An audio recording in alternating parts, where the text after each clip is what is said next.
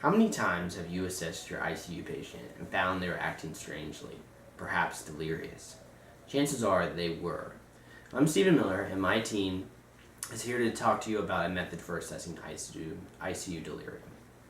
Our research topic was the confusion assessment method for the intensive care unit, or the CAM ICU, is a valid assessment tool for detecting delirium.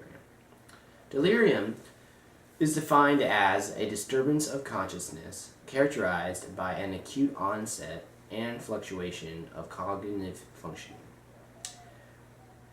We should be concerned about this because delirium has been linked to hindered recovery, extended length of stay, and increased mortality. We found 5 peer-reviewed articles that all came to the same conclusion, that the CAM ICU is a rapid, valid, and reliable for diagnosing delirium in the ICU setting. Let me explain the CAM ICU method for you. First, we have to know what the Richmond Agitation Sedation Scale is, or also known the RASS scale. It is a scale from +4 to -5. +4 being very combative and -5 being unconscious.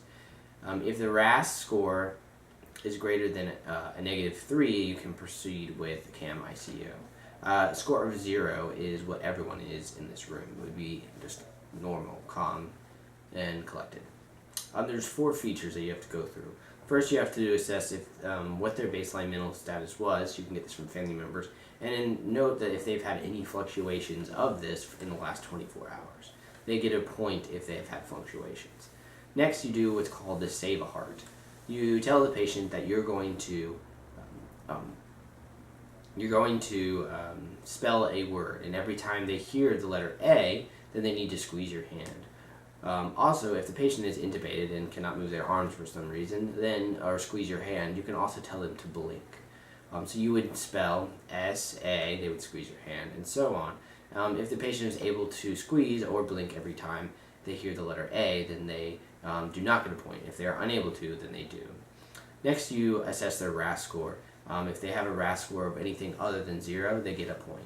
And lastly, you assess if they have any disorganized thinking. You can ask them questions like, will a stone float on water?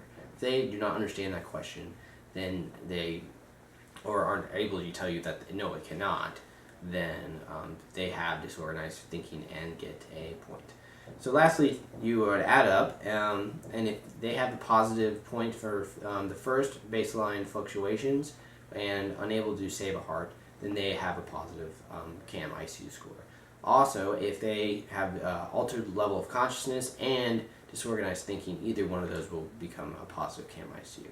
Now we will move on to our critiqued articles, and Lee is going to be our first presenter.